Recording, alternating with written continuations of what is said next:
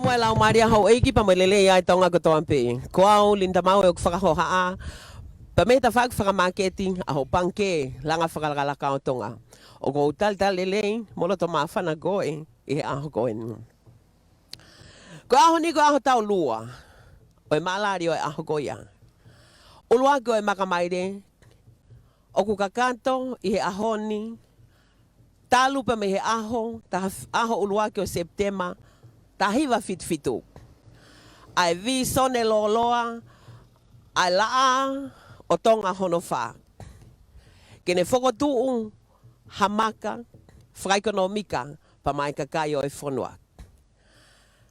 Uanoa wataha, aho uluaki o Septema, ko e honia, o kakato ai, ai ta ue whango fulu maa wha, ai vi sone, pa moe lang mama o goia, ai kuonga hono wha, tau wha hau tupo wha.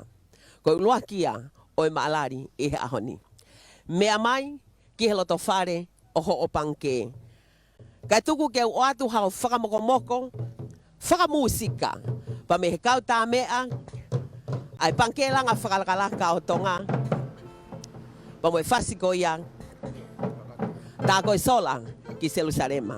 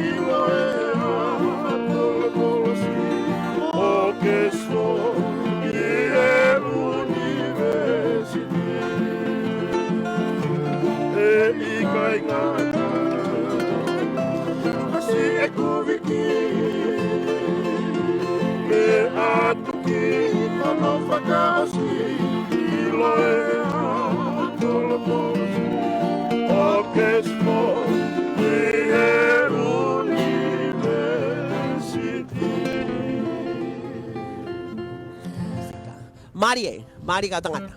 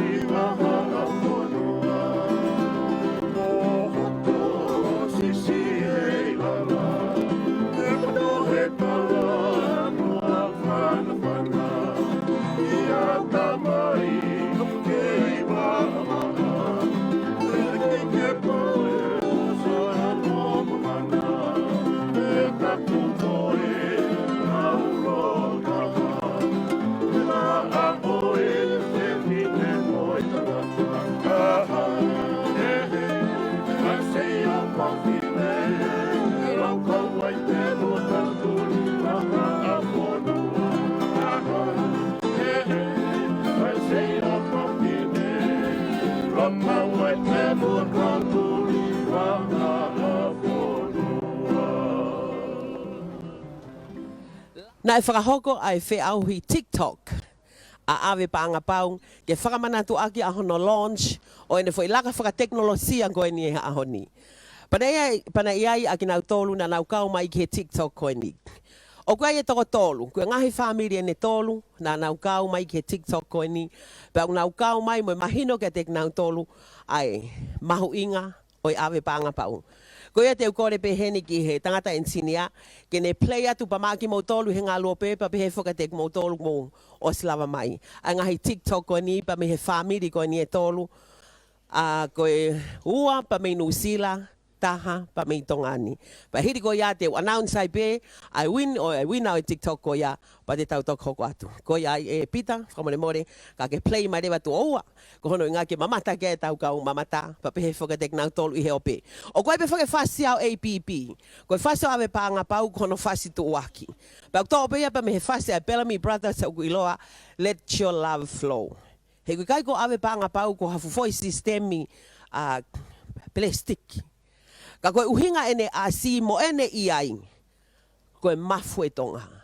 Ka pana kai ofa mai e tonga ia, hei kai haawe paanga pau. Let your love flow, ka mo mea mai rewa ki he kau TikTok, na nau kau mai ke tau polkalma. Pita, malo. So let that feeling grab you deep inside and send you reeling where your love can hide, and then the feeling through the moonlit nights with your lover.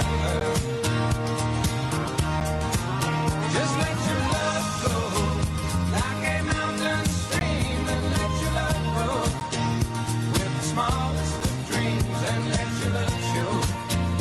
And you'll know what I mean. It's the season. Let your, as it warms your face, you can't hold back. Just let your love flow like a mountain stream, and let your love grow with the smallest of dreams, and let your love show. And you'll know what I mean. It's the season. Let your love fly like a bird on the wing, and let your love find you to all living things, and let your love shine. And you'll know what I mean. As it warms your face, you can't hold back. Just let your love flow like a mountain stream, and let your love grow with the smallest of dreams, and let your love show. And you'll know what I mean. It's the season. Let your love fly like a bird on the wing, and let your love find you to all living things, and let your love shine. And you'll know what I mean. Just let your love flow. TikTok en hono tolu. Mountain stream, and let your love grow with the smallest of dreams, and let your love show. And you'll know what I mean. It's the season. Let your love fly like a bird on the wing, and let your love find you to all living things, and let your love shine. And you'll know what I mean. That's the reason.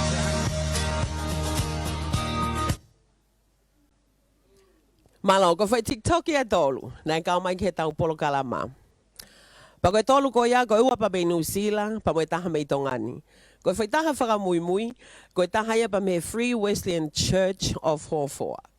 Pa kapana mo me alele ki ai, ki he tori mori, o kupehe ai vave a ave panga pau. Ki tahine koe ne asi mai he sini ulangina ne to kore atu pa me tongani hata tongi ako.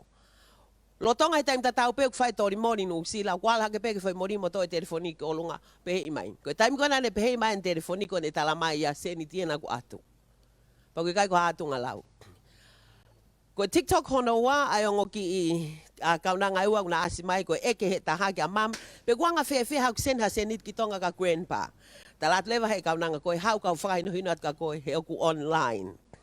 Pa koe tolu re vai, na mousio ki ai kuhango ki tamai ke ua, o na dance i ha street o mate, Nusila ya, lockdown. Ka una whai taki I mai, let your love flow. Ka ke he whainga Māria koe ni, te hanga rewa announce ai wina ki he TikTok koe ni. Pang nau mea live mai pe. O te motokanga ke tau toko si, he was toko lahea nge o pe ia. E nau mamata I mai, e tau toko si. Ka ke he kokore ke nafa huma I wharen. Te teo ke ta. Koe tolu e whiauhi koe ni, o ku aluia ki he ongo ki tamai ki whawhawhana na tau olunga mai. Let your love flow, pa me he hala koe ai nusila, ai a koe tau moe pe au kids. Malo, kau te announce, koe tolu, ongo ki tokoua koe ia, tau moe pe au kids. Me nusila ia. Malo, paspasi I mai, kau kiti koe ni na whai maki practice. Ko hono wa, ko pare hono wa, na mauia he ongo ki toko wa koe, na eke he ki kaunanga ke mami, pe o mai whewhea se nika grandpa. Mauia, he Sapoi Kids, me New Zealand. Waia. Pea koe uluaki, mauia paspasi mai, Free Wesleyan Church Youth of Hofoa. Toi ta I mai, pe foi mea koe ia. Malo. Koe ni ai aho kua whakatua I Sihova. Tau haka ai mo whakawhiawhia. This is the day that the Lord has made. Let us rejoice and be very glad in it. Whatap ke a whio ai o tua, koe tu iau niwe unvesi o tau iai. Ka koe o tua whoki o Tonga. Whatap ke tu i o Tonga, tupo wono, pa mo tahine kuini na naspau. Whatap wat ke tahine prinsesi. Her Royal Highness, Princess Angelika Lātūfuipeka Tuku'aho. Koe prinsesi o Tonga, ka koe eiki talawhikaulahi o pure anga Tonga ki he pure anga Australia. Pa koe whakaafi whakalanglang fukia o Iahoni. Whakatapu whoki ke whakafufonga pa me he pure anga Nusila, Her Excellency Miss Tiffany Babington. Pa pe whoki ke he pure anga Australia, the Australian High Commissioner Designate, Her Excellency Ms. Rachel Moore. Pe whoki ke Deputy Australian High Commissioner Mr. Nicholas Murphy.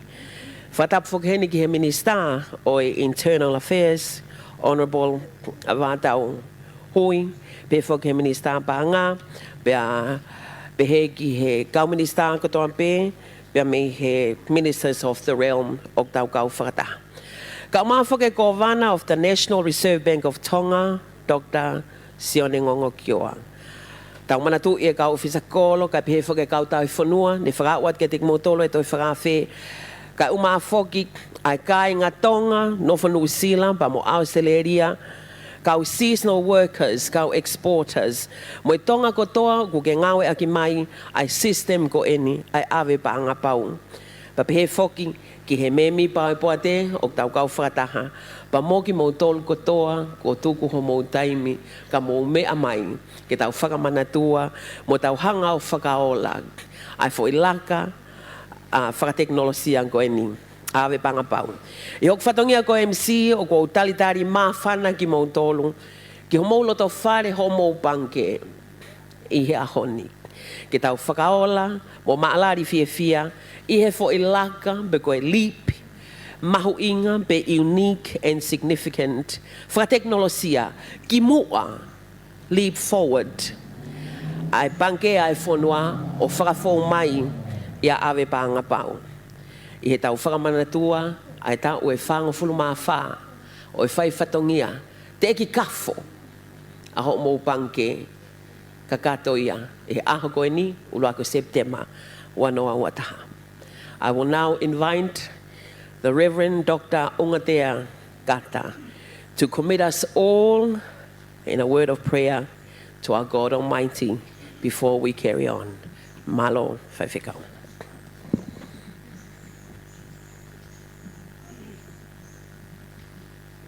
O korepe ke u lawa te ngahi ves me he profola. Ua kalon kari wahe ua ano. Pe te utoat me e ngahi ves ko eni. Ko ki talano ain ki he tui ko usaya.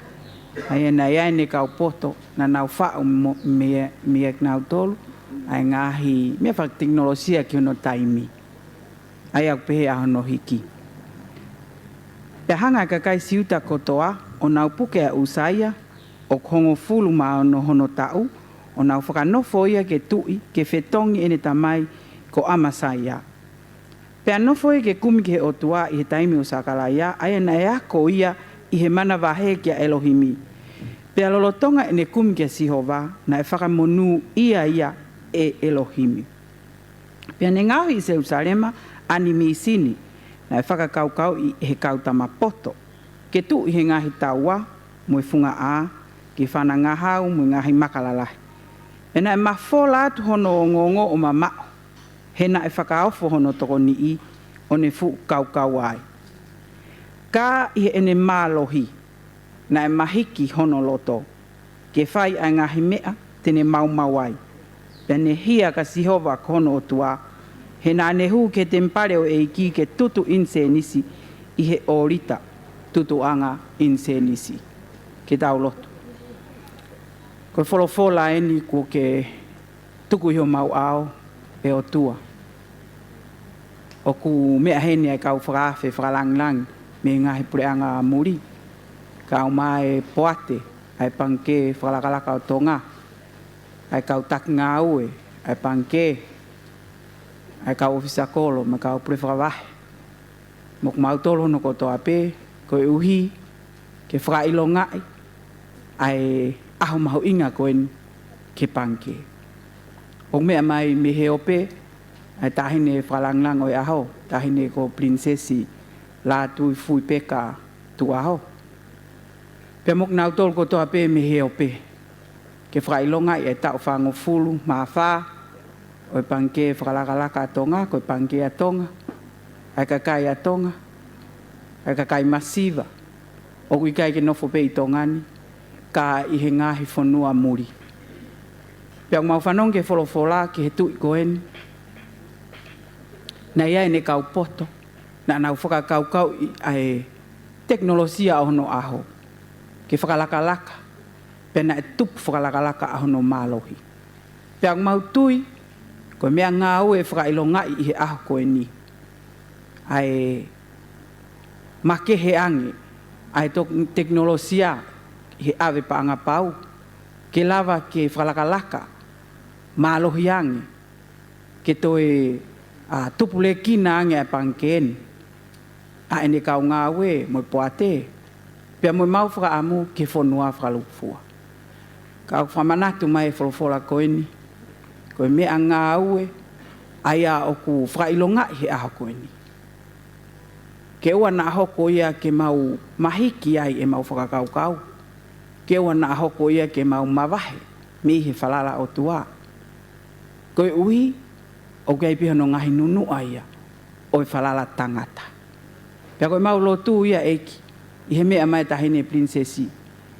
I he iheni, ai kautaki, o e panke, ai poate ka umafoki ai taki ngā ue mo ene kau ngā ue. Ke hoko ai whakalakalaka, whakateknolosia ko ni. Ko ha mea pe tene hanga whakaofi ki mautolu ke awhiona. Ke ua na mahiki a e mau whakakaukau mo mau loto. Ke mau whalala ki he mea ngā ue whakateknolosia ko ni. Kai ke mau whalala ke tataki ai awhiona. Ko mau lotu pe ia. Mau whawhi i ho lau maari ke kau mai i he polokalama o e whiawhini. Ke hoko o koha polokalama, whatupre kinai, ai mau maawhana, si o mau ngahi ka inga o nau mea mai mei muri. Ke tokoni mai ko mau ki whonuani, i he ngāwe aki, o e ngāwe whateknolosia whakano poni ko ia, o whailonga i he ahokoni. Whakakato e mau tai kakato, pia ke whakao. Koe mau lotu ia o whai he hua whai kuna o alo o Sisu Christ ka ko mau whamo ui. Amen.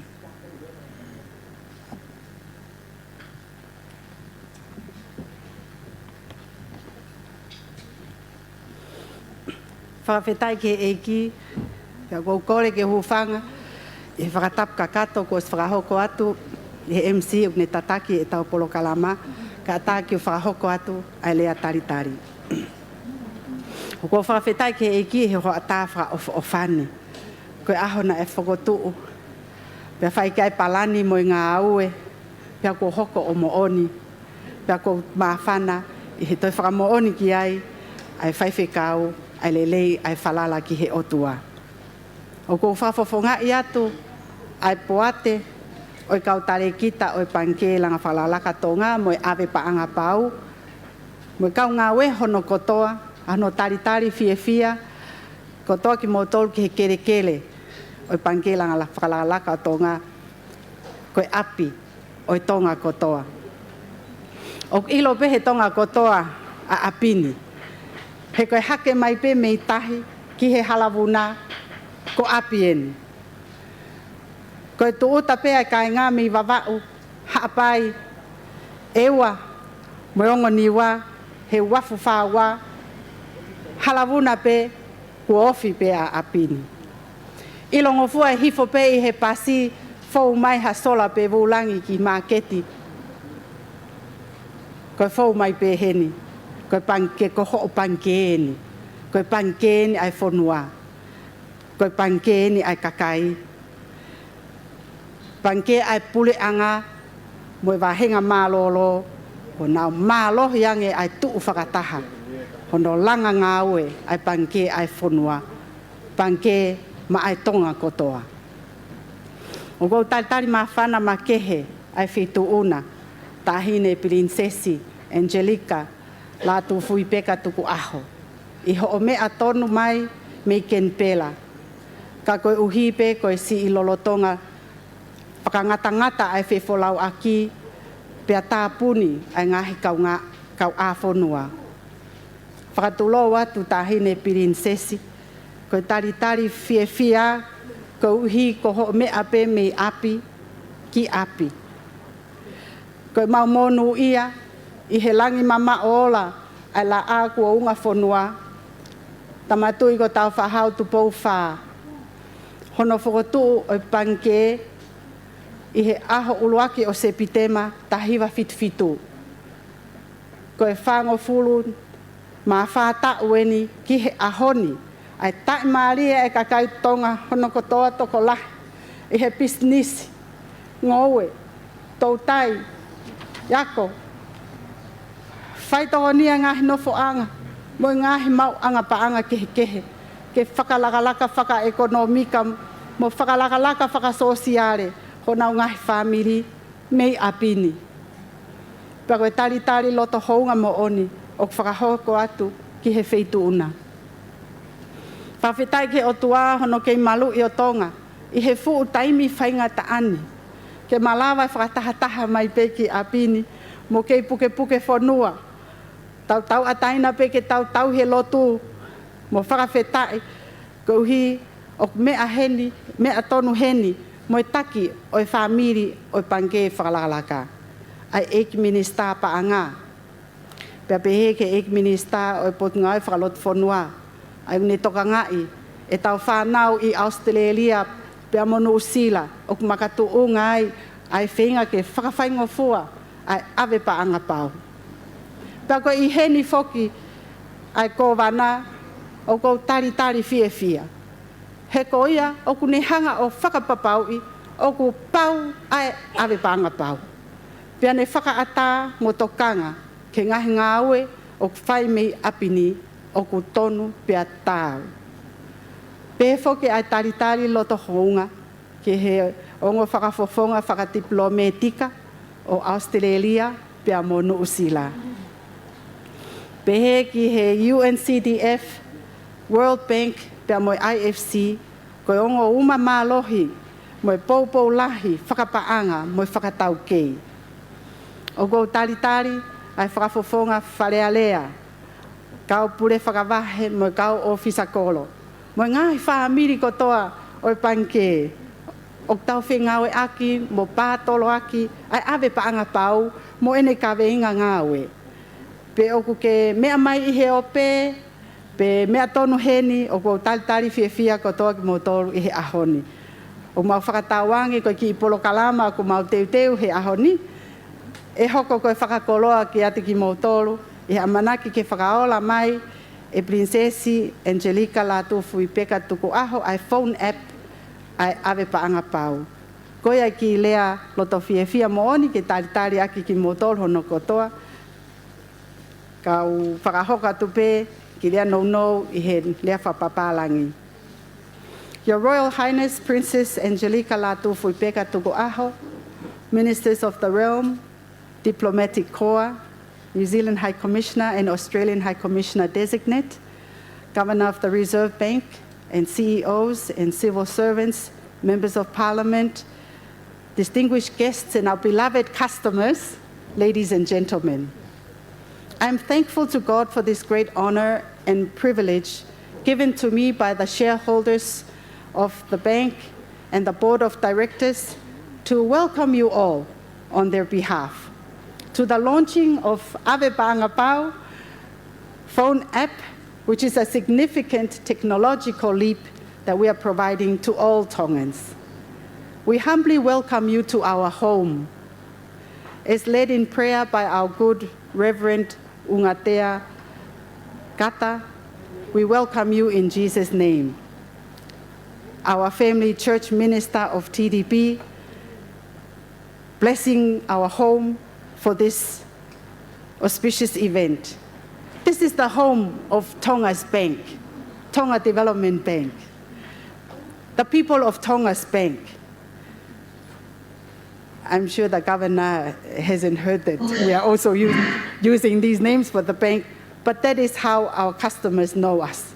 And in our Tongan custom, when we invite you home to be with us here, no matter how small our little home is, but it means a lot to us. When we bring you home, it means we love you, and we know that you love us in return. I know these days that a lot of families, they would take people out to the nice restaurants and the beautiful resorts, but that's where we take our guests. However, the guest knows when they become family is when we actually bring them here and bring them home to the family. And today, we open our grounds, we showcase our bank. You can enter the family bank and talk about Ave Pāngapau, just like any family would do when you come home. We would get excited, we're going to be dancing and singing. We can't contain our joy. And the smiling faces of our staff will show you how we sincerely welcome all of you today. A special welcome to Her Royal Highness Princess Angelika Lātūfuipeka Tuku'aho, our guest of honor, whom we are very grateful for the vision and the legacy of her grandfather, His Majesty Taufahau Tupoh IV, who established this bank 44 years ago today. This land we stand on, home of Tonga Development Bank and Ave Pāngapau, are the inheritance of the people of Tonga. Tonga ma'a Tonga. And we thank you and your family on behalf of the tens of thousands of people and families whom have benefited from this very place and its service. It is truly because all of us, Tonga Development Bank and Ave Pāngapau staff, our hearts are full of joy and bursting with happiness because you are here. And I thank God for your virtual presence so that I can stand close to the screen where you'll be speaking. Otherwise, if you were here in person, I'll be standing at the back of the tent. We love you for gracing us with your presence, and we do know that Canberra is in lockdown, as well as so many of our people in New Zealand and Australia, closed up at home, but it doesn't lock down the love that we have in our heart. It still flows from your home to our home, and from our home to your home too, and we are witnessing it today. But let us entertain you all. Don't worry, be happy. And like my husband likes to say, don't worry, be happy. To our international virtual family members joining us today, and I hope our internet connection holds up to it, with the World Bank and IFC, UN CDF, seasonal workers in Australia and New Zealand, and families throughout the Kingdom of Tonga. We welcome you all. And to everyone here physically with us, you're all so special. Welcome and God bless. Ofatu.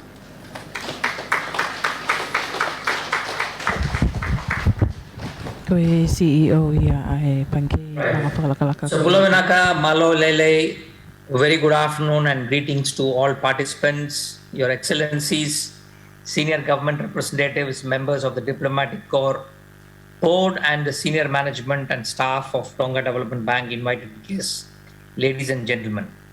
I'm extremely grateful to the management of Tonga Development Bank for extending this invitation to UNCDF and in particular to me to participate in this historic event to launch the mobile application that allows users to access the full range of services under their Awe Pangapau international remittance solution that is offered by Tonga Development Bank.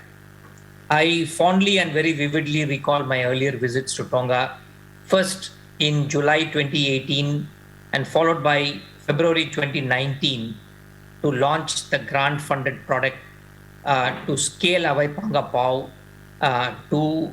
into New Zealand markets and then plan entry into the Australian market. It is extremely satisfying to see the tremendous big progress of the project and the cost-effective remittance solution that the TDB is now offering to the Tongan diaspora and seasonal workers, all contributing immensely to the growth of inward remittances to the country and supporting families and communities in these very trying times. UNCDF is extremely privileged to partner with the Tonga Development Bank in scaling the Awe Pangapau in New Zealand market that now I understand has over 3,300 clients, and it's now also doing extremely well in the Australian market where it is witnessing rapid growth and acceptance with over 1,220 clients. We acknowledge the support of the International Financial Corporation, the World Bank Group, in this development partnership, and they were instrumental in facilitating the opening up of the New Zealand and Australia corridors. And this is a testimony to show how multilateral development partnerships are key to fostering and implementing innovative technology-based solutions to address the ever-persistent development challenges. I place on record our sincere gratitude to our donor funding partners, the governments of Australia and New Zealand, who supported the UNCDF PFIP, the Pacific Financial Inclusion Program, and now the successor initiatives, the Pacific Digital Economy Program and the Pacific Insurance and Climate Adaptation Program. My best wishes to the TDB team, the project staff, and the supporting partners involved in the development of the mobile application, and to the governments of Tonga and the National Reserve Bank of Tonga for their unstinted support to this initiative. I wish you all a very safe and prosperous future. Malo apito. Malo apito. And there was the program manager from UN. There was the program manager from UNCDF, and that's Mr. Krishnan Narasimhan. Whangamani ko ni te tau, te rewa ki tau taldari ta hine prinsesi, ke whakahoko ahono whakaola o e Awe Pangapau. It is with great honor, Your Royal Highness, Princess Angelika Lātūfuipeka Tuku'aho, High Commissioner of the Kingdom of Tonga to Australia. Og mau taldal le koe, ki katoa ngai aho koe ni. Katupeke utai haki nafa.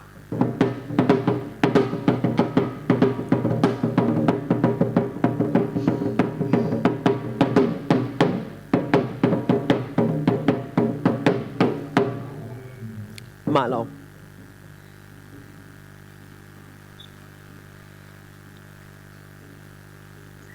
Tapu mo afio ai otoa mafi ia talo Tonga.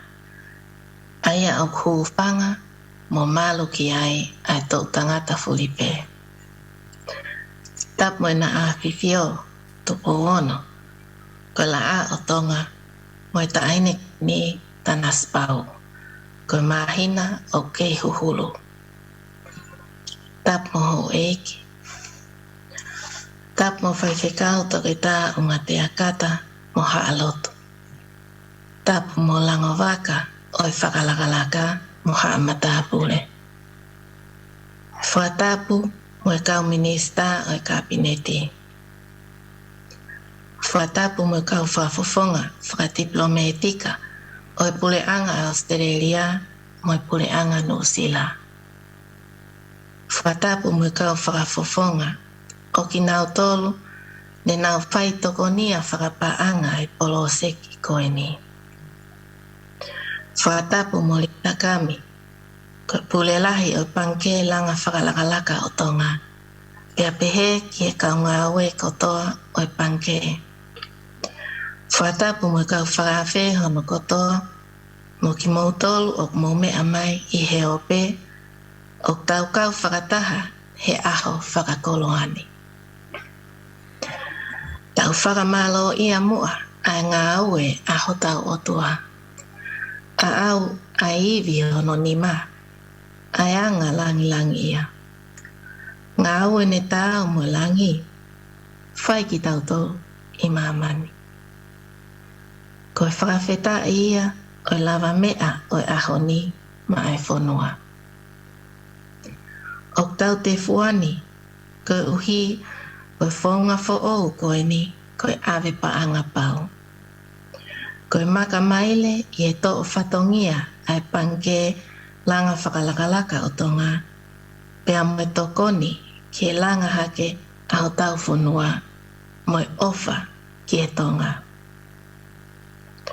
O tau anga maheni a ki ai lea o taka.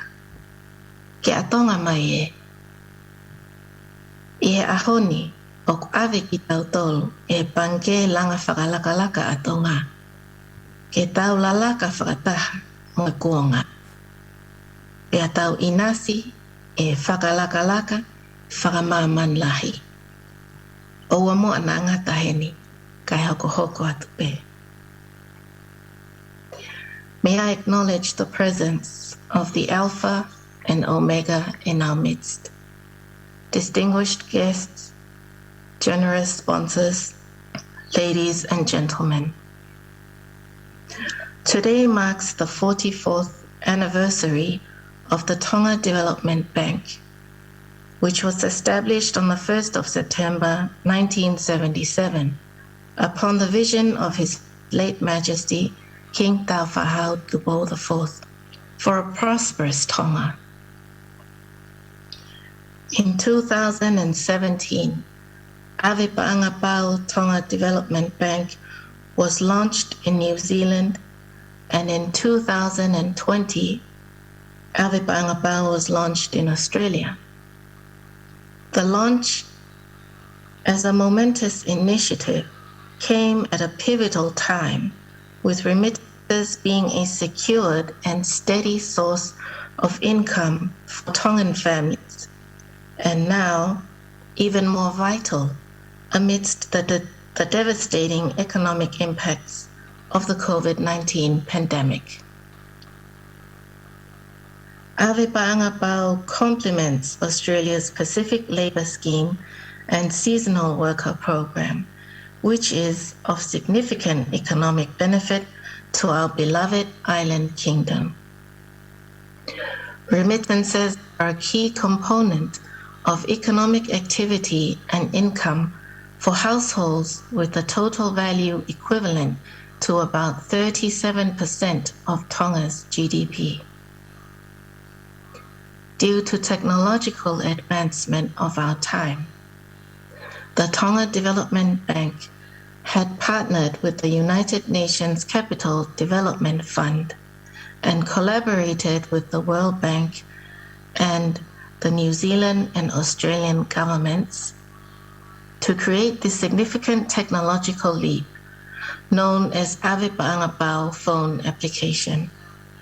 Ave Paangapau phone application is a low-cost, fast, safe, and secured service, especially for Tongans overseas who send remittances to Tonga from New Zealand and Australia. This is the service we need now to connect us closer with our loved ones and to keep us close despite the challenges of our time. In this connection, I would like to extend my sincere gratitude and appreciation to the United Nations Capital Development Fund, the New Zealand government, the Australian government, the International Finance Corporation, and the World Bank, and of course the Tonga Development Bank for their collaborative efforts towards this project for Tonga. Malo au pito o whakitonga. On this momentous occasion, I am delighted to launch the Ave Paanga Pau phone application. O whātu.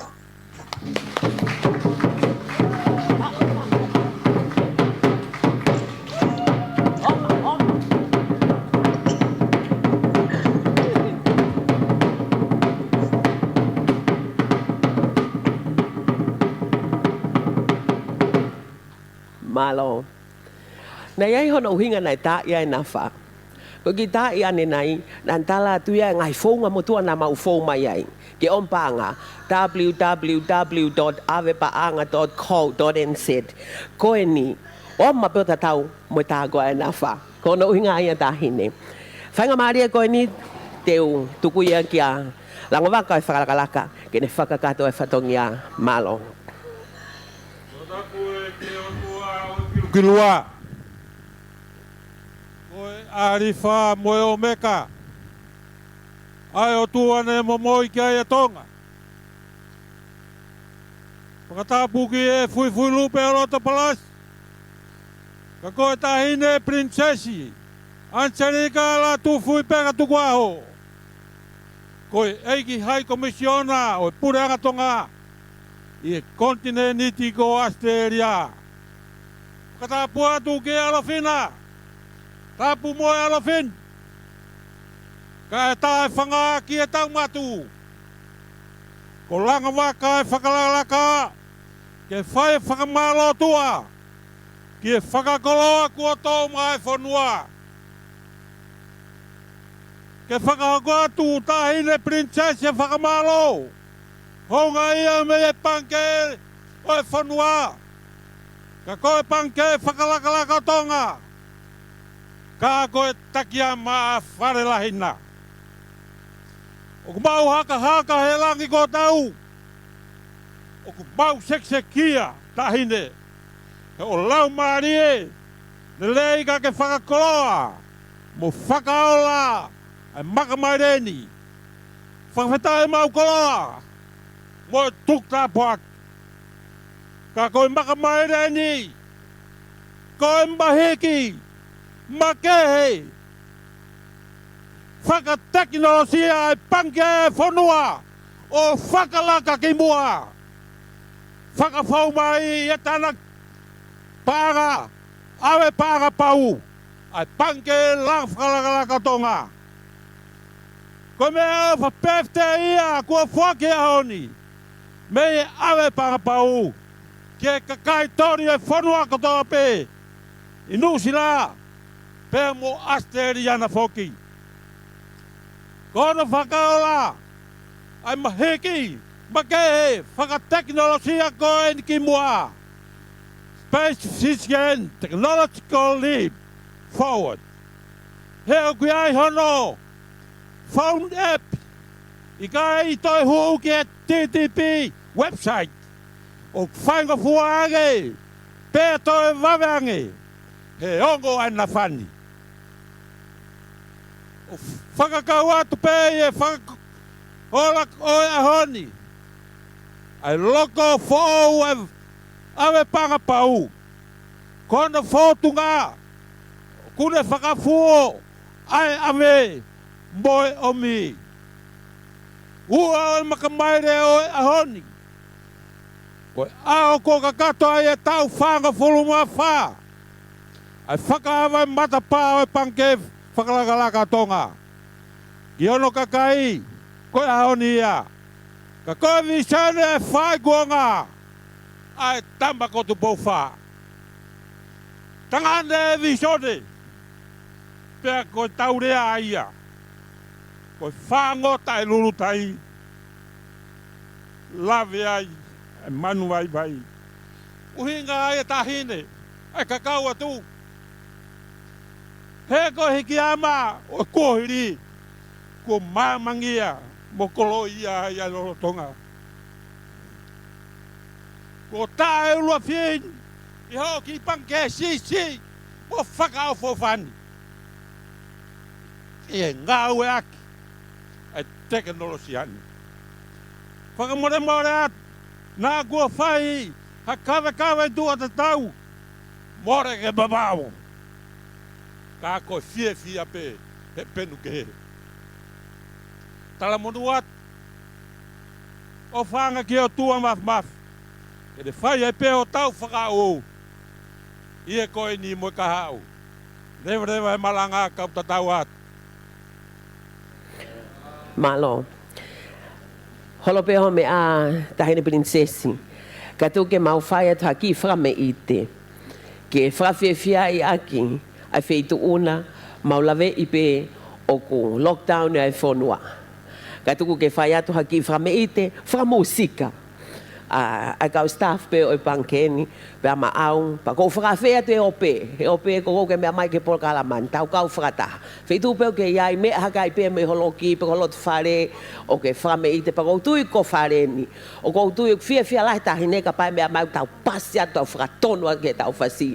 Ko tau ki mea o whai maana. Ko hiko e lockdown. O kone iai he taimini. Whakawhia atu lewa e. Ai tamaik tau olunga koe ni. Ko le atu ke mohu mai. Kau tamea. Mana tu ifang nau talatu ane nai, o kai e fasi o ave pa anga pau. Pa koe ki fasi o ave pa anga pau, ta hine ke tu waki aki. Koe ne mua mai ki foi fasi, ke hiwa tu ave pa anga pau, pe hiri pe koia, pe o atu rewa, ai whakameite. Malo? Te tau hiwa whakapirita nia, let your love flow. Ko tui ka pate mo ham mai pe mo fis pa, e fia mai ta hine ke tek mo tolo. Malo? Te ka open. Okay. Okay, my God.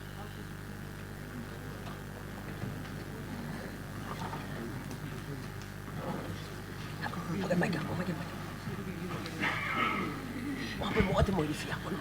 Koe tahani ngai whame i te o amanaki ke mea mai kia e tahine prinsesi pia me Australia.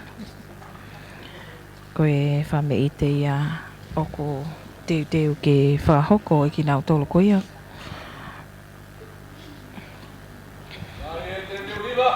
Pea me he whanau ako koia ai TDA. Oh, there's a reason for the sunshine sky. There's a reason. Oh, I am feeling so high. Must be a season when the love light shines all around us. So let the feeling grab you deep inside and send you reeling, where your love can hide and then go stealing through the moonlight nights with your lover. Just let your love flow like a mountain stream, and let your love grow with the smallest of dreams, and let your love show. And you know what I mean, it's the season.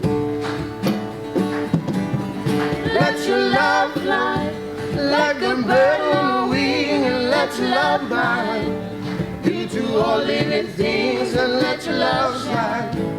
And you know what I mean, that's the reason.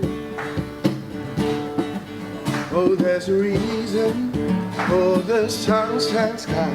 There's a reason why I'm feeling so high. Must be the season when the love light shines all around us.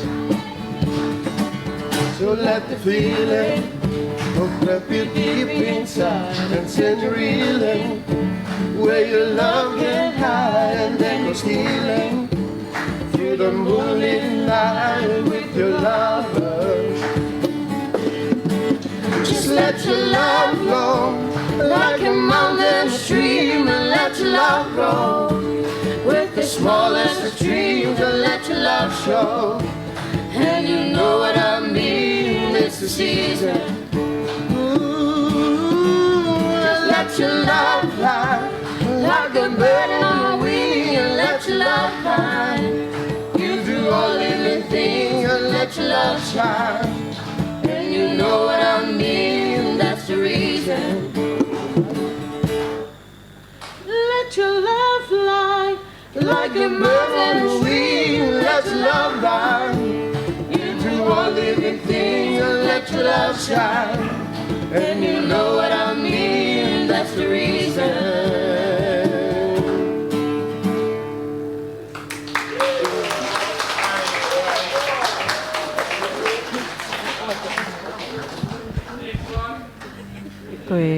I'm the next one, but I can't sing, unfortunately. Ave panga pau ko system mai ofa. Hange ko hono hiva. O ku tafe mai ofa muri o tupu ai. Hanga himisi i tongani. Te ek fofai. Tungua ka tau hoko atu tahine. Ko ki whakameiten ko mauam, ko mau mai. Mo hu mai. Ko ki kau tame apene panke. O ku whakore ka CEO ke o mai hano ki hingoa. Ko ia Marie.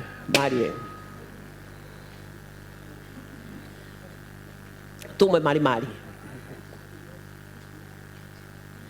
Taulunga ahani e whakahoko atuia e le sina le ha ko staff pe moia ai panke.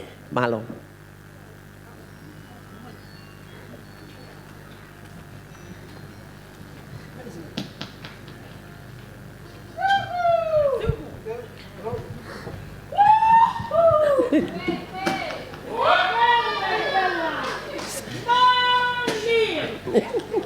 Koe whameite koe ao no hoko, koe tō tahanga wepe i he panke langa whalakalaka koe ato. Mai kau hiwa pe koe kau hiwa pe ai panke langa whalakalaka pe.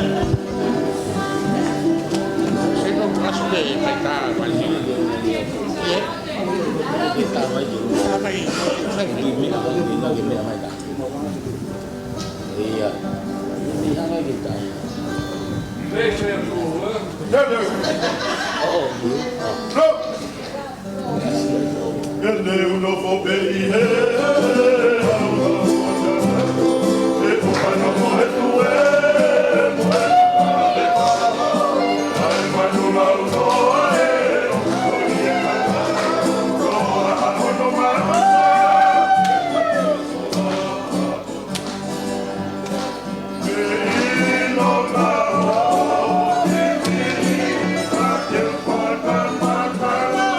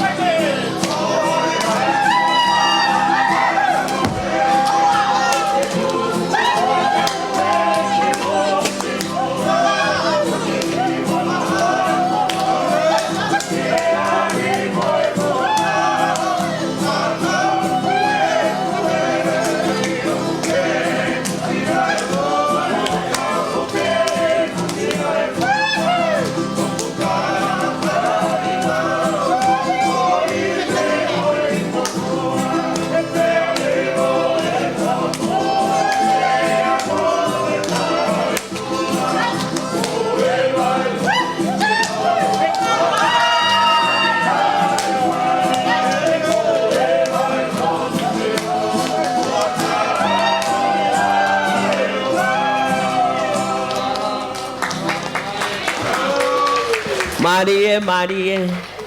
Taine princesi. Ko vela ho kau ngā wehe ho atani. Ko sioi ofisi ko peheku nau maha. Ko e ahoni. Toi peke nau movete. Hufanga he whakatapu. Malo whatawange pe e fiefia e feitu una. I he lockdown o ku ke iai. Ka koe mea pente maulawa whai atu pa mei. Tonga eiki. Kano whakafiefia e. Ai feitu una. Tuk mua ke whakawhelo aki atu. E tau polo kalama. Mr. Saya Fasisila. Koe tamai eke ni pa me he APP dealer. Pa me IT analyst. Ken hangau. Whakawhelo aki. Mo taki mamata ki mo tolu. Ke heki foi ep koe ni. Ko tui tene taki mamata ki mo tolu. Le rei pakai ha mo he. Tau toi whoki mai peke foi epi. Malo. Saya.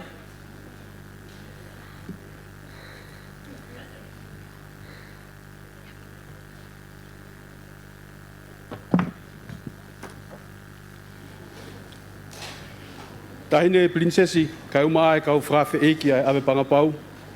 O kore ke whakamalu atu, he ngahi whakatapu kotoa kua whaki mua. Kai atake motuani, ke whakahoko atu ai whatongia, kono whakatau kei ki mautolu, ki he whaunga te mau mauai, ai teknolosia koe ni ki ho mau telefoni pe koe mobile phone.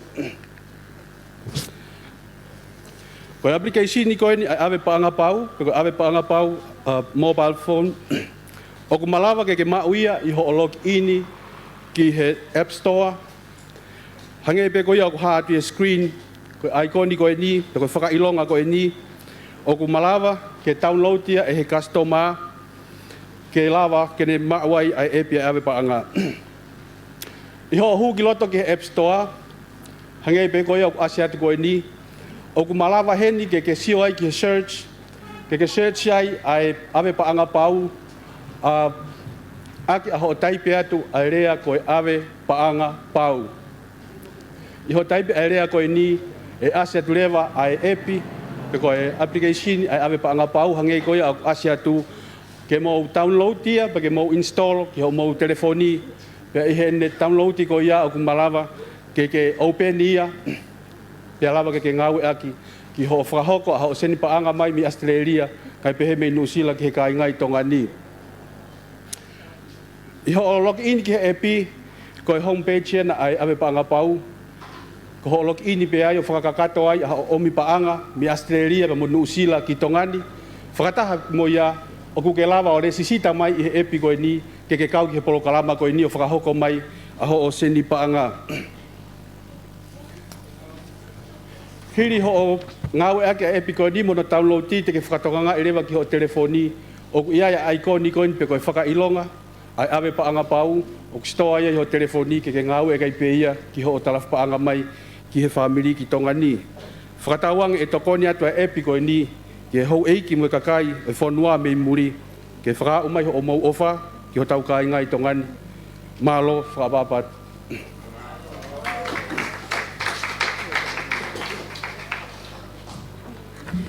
Malo pito saya pa ko tu e whanga maria koe ni. Toi ato ai haki fo hiva pa maki mo tonu. O kuliriu pe fo ke fasiko ave panga pau whakatonga, whakapalangi mo whakatonga. Pa ko hono uhinga, koe taimi ko tau sela ha product, whaingo fuang hono hive hivai. Ko ki foi liriu whakatonga ai ni. Ko e te ukore rewa ki he kau tangata, e tahine ko ki foi fast whakatonga ai no ave panga pau. Iyo, ko nung lauloto pe ke nau, ke nau ilalo pe ka ko tuipe te nau hiva reo lahi. Ave panga pau Tongan version. Ladies and gentlemen, would you please put our hands together? Malo.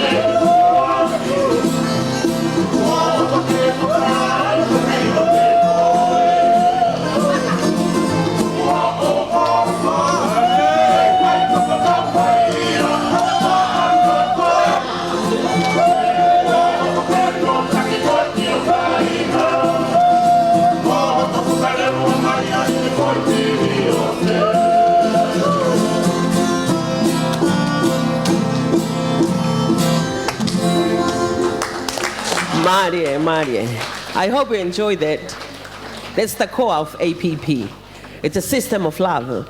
Tuku e ofa muri ko alwe ne Korea ai peo hiva I minister. Tuku pe ofa ke tafe mai mo fai kapakau ya ave panga pau. Daine princesi Korea tu mua ke kau seasonal workers. Ke aye ofa ke fai kapakau mai ya ave panga pau. There's no fear and it's quick. It will be here in the very next minute. Kai ke ko fia so atong mo fia. Malo pito. Te Fatafehi vai pure ave panga pau. Celia grew to bone. She has worked tirelessly. Her effort worked really hard to bring this day together. It wasn't easy. Kaya ay haopehen. Afaftay na kawalangi. From the morning ka mo paspasi mai mo apure ave panga pau. Celia grew to bone. Kene oatu eta word of thanks. Malo.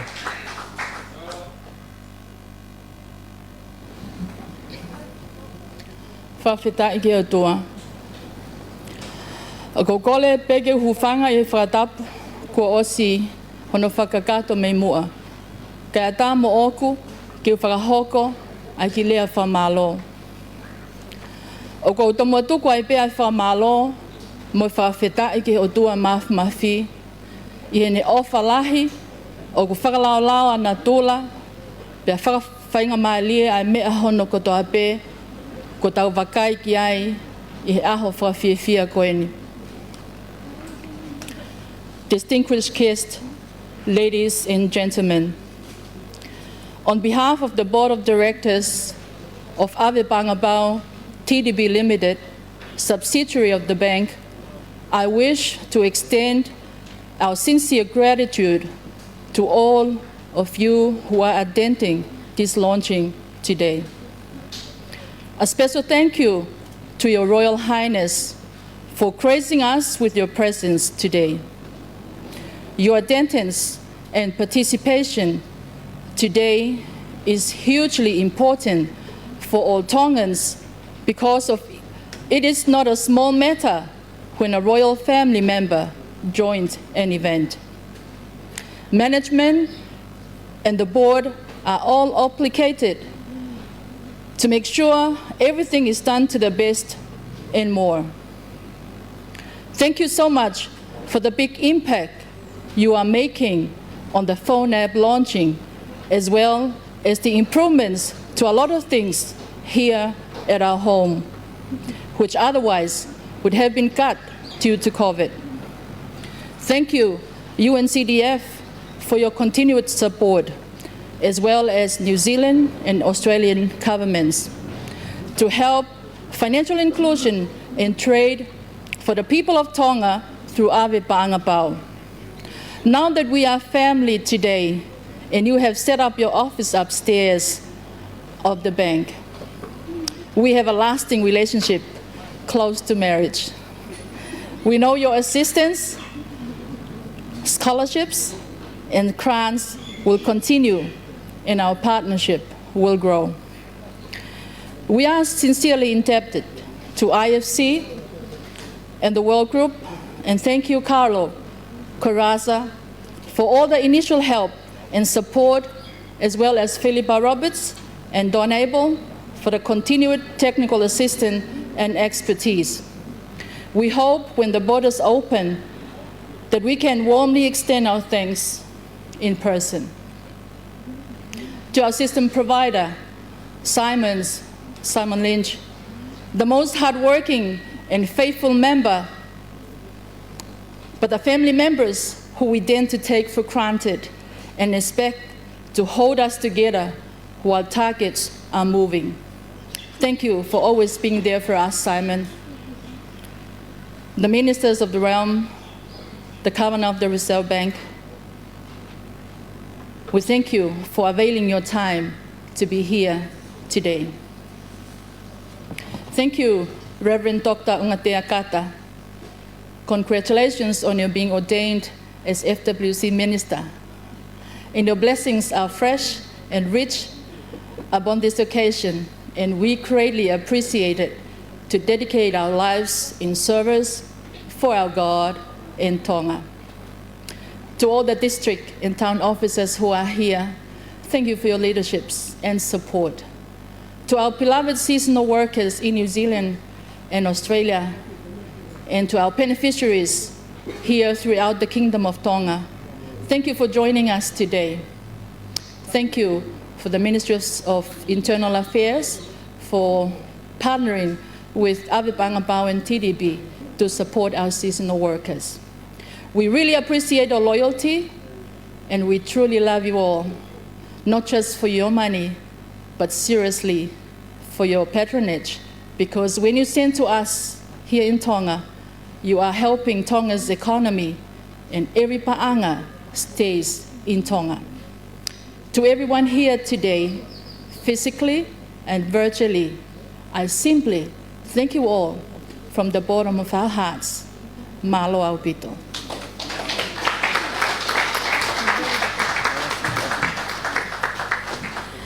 Malo siria pagkutaunga unumayeni ki hefrao si etang polokalama.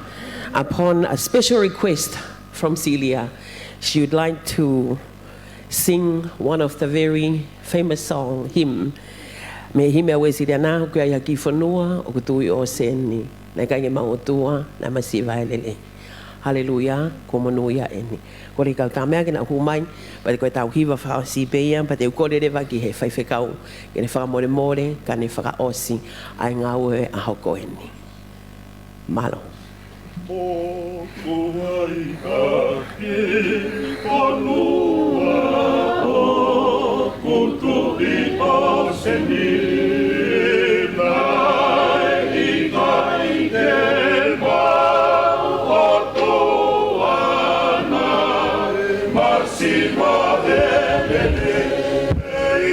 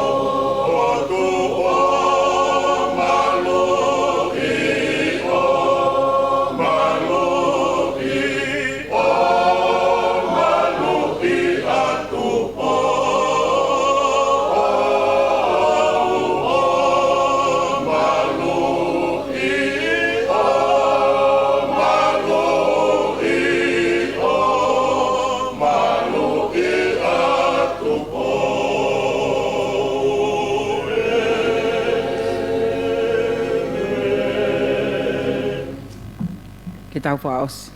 Pia koe kresa e ko sisu kalaisi, mo o whaatua koe tamai, mo whio hi a lau maria maononi. No fo ia I he tahine princesi me he ope, mo kumau tolu ko toa pe, o kitongani, o owa nā hiri, kai whai peo tai ngata. Amen. E o tua mase, mase ko mau e ke koe ho, koe koe whalala, anga mo e hosa ki Tonga.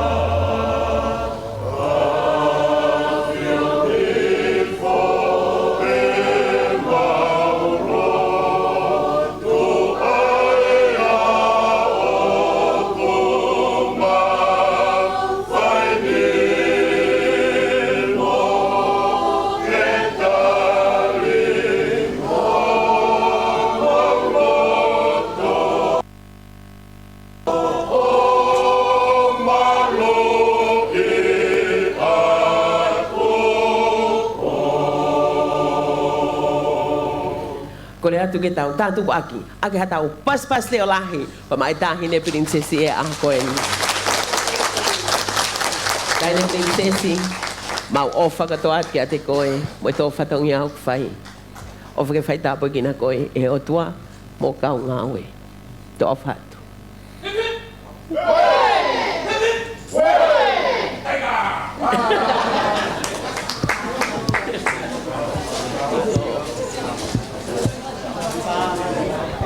Pea koe kakato ia ai o wao makehe o e ahoni ai a koe ahafuki ia ko whailonga iai ai ta oi whango folo ma wha ai panke langa whalakalaka koe a tonga whakataha pea mohono whaola e he tahine prinsesi ka koe